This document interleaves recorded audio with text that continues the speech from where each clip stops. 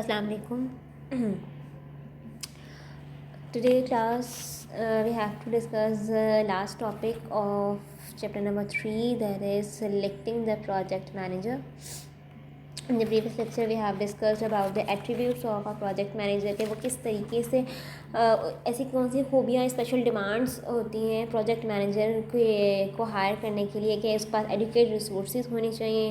He must acquire have a motivated personality as well he knows well about the political and general sensitivity और general topics पे उसको बात करनी आनी चाहिए. उसे पता होना चाहिए कि करंट सिचुएशंस क्या है.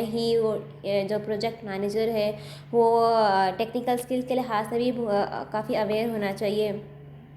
Further we have discuss about some strong orientation के उसके बाद प्रॉब्लम का हल होना चाहिए, किस तरह डील कर सकता है.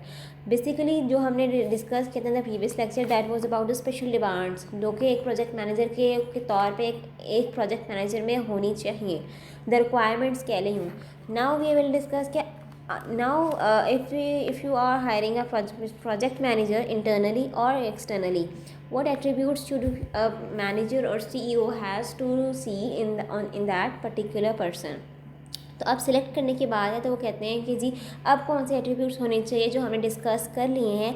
अब हम उनके अंदर कौन कौन से एट्रीब्यूट्स होने चाहिए कि मैं कहूँ जी अच्छा ये this one is my project manager and I have to work with him.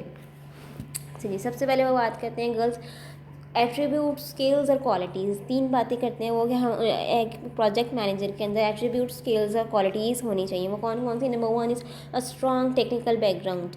वो बात कहते हैं कि इनको टेक्निकल नॉलेज का आइडिया होना चाहिए. ना what are the technical knowledge उन्होंने क्रेडिबिलिटी में डिस्कस किए. There are 2 types of technical knowledge and technical capability. ठीक है. नंबर 1 अच्छा उसको हम आगे डिस्कस करते हैं कि टेक्निकल बैकग्राउंड से क्या मतलब है उनका. Second one is a hard nosed manager. आपने अगर प्रोजेक्ट मैनेजर को हायर कर लिया है, जो सिलेक्ट करना है, आप ये देखें कि वो ही और she should be a hard nosed manager का मतलब है कि रियलिस्टिक हो, टफ टाइम को फेस कर सकता हो, डिटर्मिन्ड रहता हो अपने प्रोजेक्ट में, अपने काम के साथ बिल्कुल बहुत ज़्यादा सिंसियर हो. That is known as a hard nosed manager. Realistic हो, ये नहीं कि अच्छा चलो ठीक है अगर मैं ये काम नहीं करता तो ये काम किसी और का तो वो कर लेगा. No, he must be a hard nosed and realistic and determined on his project. And third one is a mature individual. Obviously he project manager के मेच्योर इंडिविजुअल होना चाहिए. Someone who is currently available. Obviously आपका जो manager है वो आपके सामने look after कर सके, उस अपने काम को देख सके. ये ना हो कि वो किसी फॉरेन कंट्री में बैठा हो या फिर किसी भी वजह से वो करंटली अवेलेबल ना हो. तो ऐसी एट्रीब्यूट्स में ऐसे प्रोजेक्ट मैनेजर को हायर नहीं किया जाता. Someone on good terms with the senior executives. Senior executive, CEO, financial managers, HR managers, he और she should have a good terms. अच्छी गुडविल बनी होनी चाहिए, अच्छी तरह ताल्लुकात होने चाहिए. प्रोजेक्ट मैनेजर तभी उसके लिए अपने लिए भी आसानी है और उसकी फर्दर ग्रुप टीम मेंबर्स के लिए भी आसानी है. A person who can keep the project team happy. The very very very important term, keep them happy. Team members को भी उनको कूल रखना, उनसे क्योंकि because you have to take the work from them. ठीक है. तो जिन लोगों से आपने काम करवाना होता है या जिन लोगों से आपने डील करना होता है उनको हैप्पी और कूल रखना बहुत ज़रूरी है. तो ये क्वालिटी आके प्रोजेक्ट मैनेजर के अंदर होनी चाहिए कि वो किसी स्ट्रेस को, किसी भी अनसर्टन हैपनिंग को कैसे डील आउट करता है.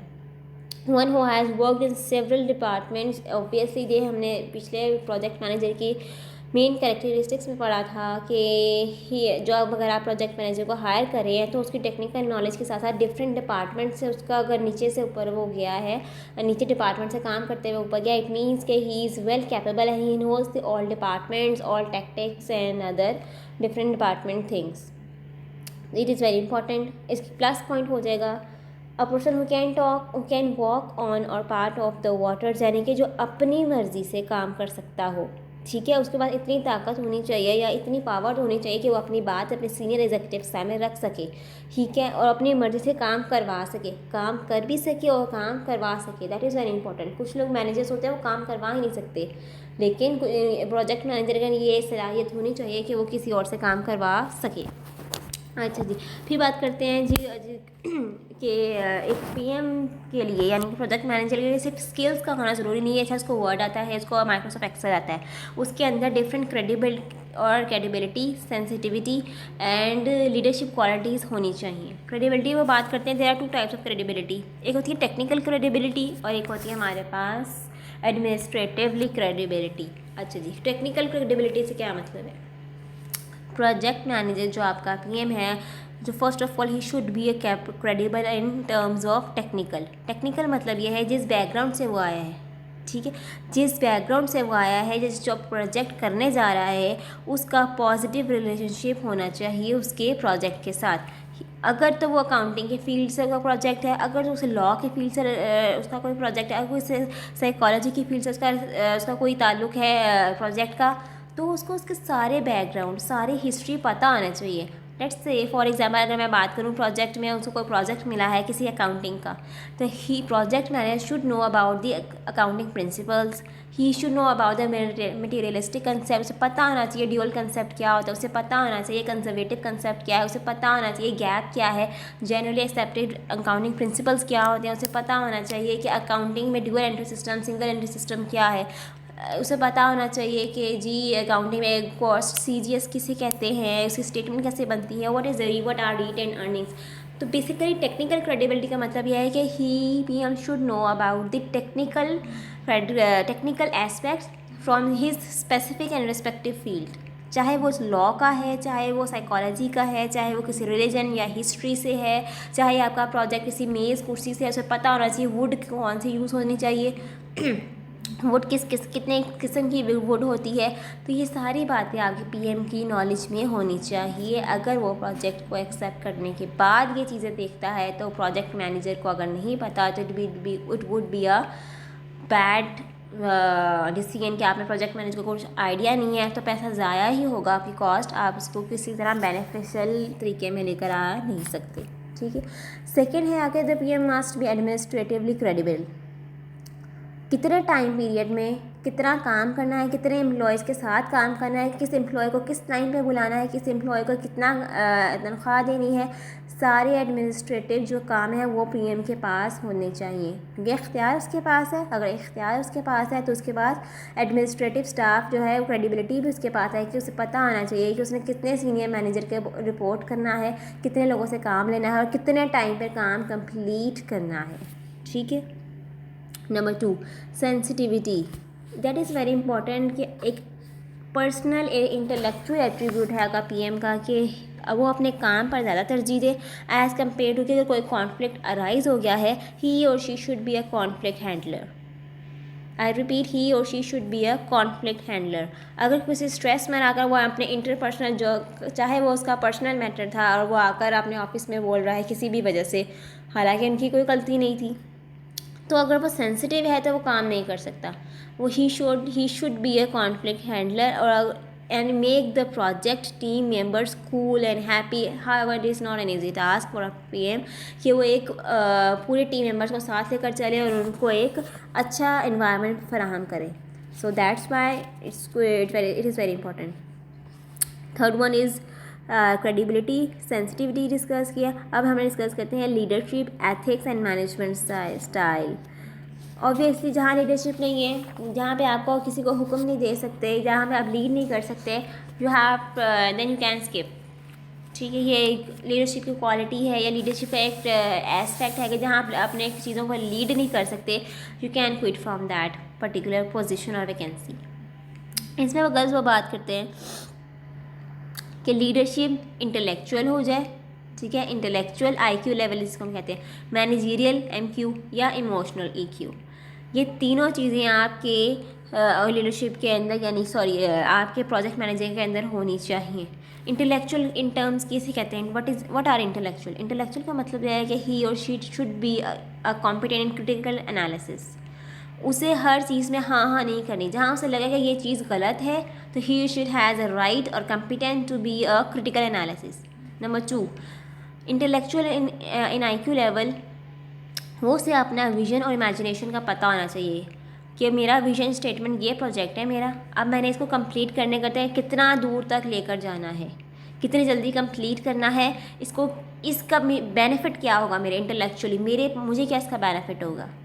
नंबर 3 स्ट्रेटेजिक पर्सपेक्टिव से भी वो देखिए इंटेलेक्चुअल हो गया, अच्छा जी मैं अगर ये प्रोजेक्ट एक्सेप्ट कर लिया है ना, उसको मैंने अब कंप्लीट करना है, इसके क्या स्ट्रेटेजिक बेनिफिट्स मेरे ऊपर आएंगे, मेरे टीम मेंबर्स के ऊपर आएंगे, ओवरऑल प्रॉफिटेबिलिटी में क्या इसमें, या फिर ओवरऑल मेरे बिजनेस में, मेरी कंपनी के बिजनेस में क्या बेनिफिट होगा। ठीक है, इसी तरीके से मैनेजरियल, उसको मैनेज रिसोर्सेज करने हैं, एम्पावर करना है अपने एम्प्लॉयज़ को, डेवलप करना है अपने प्रोजेक्ट को, अपने बिजनेस को, और अपना उनको उस प्रोजेक्ट को अचीव करना है। एंड थर्डली इमोशनल में अब क्या आ जाएगा, सेल्फ अवेयरनेस होनी चाहिए, उसको मोटिवेशन होना चाहिए, जिसने भी हमें सेंसिटिविटी का कंसेप्ट पढ़ा है कि इमोशनली में आकर वो अपने टीम मेंबर्स पे गुस्सा मत करे, स्ट्रेस मत करे, उसको लेकर आए, अपने टीम मेंबर्स कूल रखे, क्या अपना इन्फ्लुएंस एक अच्छा इम्पैक्ट डाले, ताकि उसे पता चले कि जहाँ हम जिस जगह में काम कर रहा हूँ एम्प्लॉयज़ ये फील करें जैसे, या जो हमारा इन्फ्लुएंस है वो बहुत अच्छा है, जो भी हमारे बॉस है, जो हमारा पीएम है, वो एक अच्छा करेक्टर है, वो हमें वो किसी तरीके से भी वो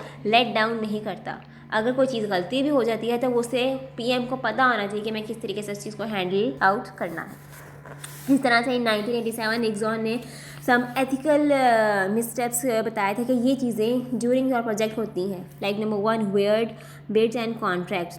अच्छा जी, विनर जो है वो पहले से डिटर्मिनेट होता था बिडिंग के नाम पे, कि बिडिंग करवानी है आप लोगों ने प्रोजेक्ट की, तो होता ये था कि जी जिसने डिसाइड होता था कि इसने बिडिंग लेनी है।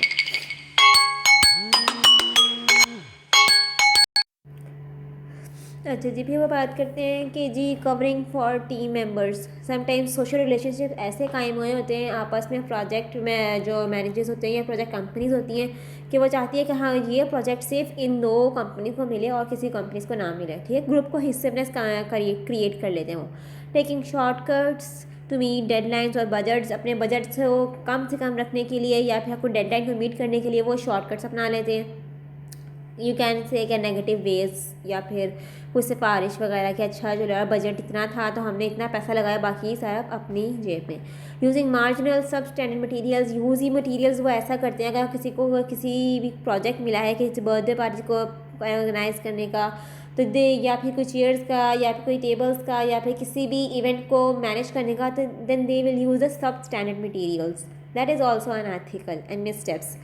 कॉम्प्रोमाइजिंग ऑन सेफ्टी, कोई प्रोजेक्ट मिला है जिसमें सेफ्टी बहुत नेसेसरी है, उसमें आप कॉम्प्रोमाइज़ करते हैं, वॉलेटिंग स्टैंडर्ड्स, कंसल्टेंट, ऑडिटर्स ऐसे हायर करते हैं जो कि आपने ही बंदे होते हैं, चाहे वो ऑडिट करें या ना करें, they have to present the report, that's why these are some unethical things, you can say ethical misstep, जो कि प्रोजेक्ट में दिए नज़र आते हैं आपकी कंपनी को।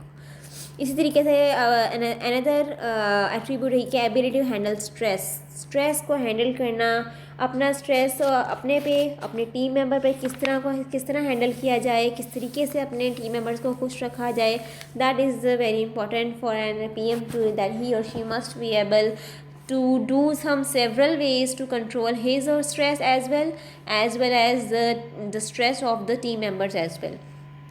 टाइम रखे, लुक आफ्टर करे, देखे कि जी कौन कितना स्ट्रेस में है, काम कितना हो रहा है, इफ़ एनी वांट्स के अच्छा जी हाई स्ट्रेस मीटिंग्स कंडक्ट कर ले, किसी को वैसे ही कोई शॉर्ट वॉक कर ले, जाकर देख ले, एक अंदाज़ा लगा ले, अच्छा मेरे जो वर्कर्स हैं उसमें चल क्या रहा है, आजकल स्ट्रेस में है या फिर कोई उनको लो स्ट्रेस है, हाई स्ट्रेस है, अपने आप को ज़रा इंगेज करें अपने वर्कर्स के साथ, ताकि उन्हें आइडिया हो कि अच्छा हमारा माहौल अच्छा है, प्लेजेंट होना चाहिए, इंजॉयबल होना चाहिए, कंफर्टेबल होना चाहिए, और ये भी देखना चाहिए एक प्रेम को either they have a time to relax और नॉट। ठीक है, ये सारी चीज़ें आपके एंग्जाइटी को, आपके स्ट्रेस लेवल को कंट्रोल करो और कम करने में बहुत मदद देती हैं अगर आपका पीएम या प्रोजेक्ट मैनेजर खुद जाकर अपने एम्प्लॉयज़ के साथ इन्वॉल्व होता है तो। ठीक है जी, next is girls problems of cultural differences, ये आप लोगों ने जस्ट एक दफ़ा पढ़ लेना है, इसमें सच कोई बड़ी बात नहीं है। कल्चरल डिफरेंसेस हमेशा होते हैं out of the world, thus you have to read it out. ठीक है, आप लोगों ने इसको अच्छी तरीके से नहीं, thus you have to give a look on this topic. ठीक है, कल्चर एंड द प्रोजेक्ट को भी दफ़ा पढ़ लेना है, आप लोगों ने सिर्फ पढ़ना है। ठीक हो गया।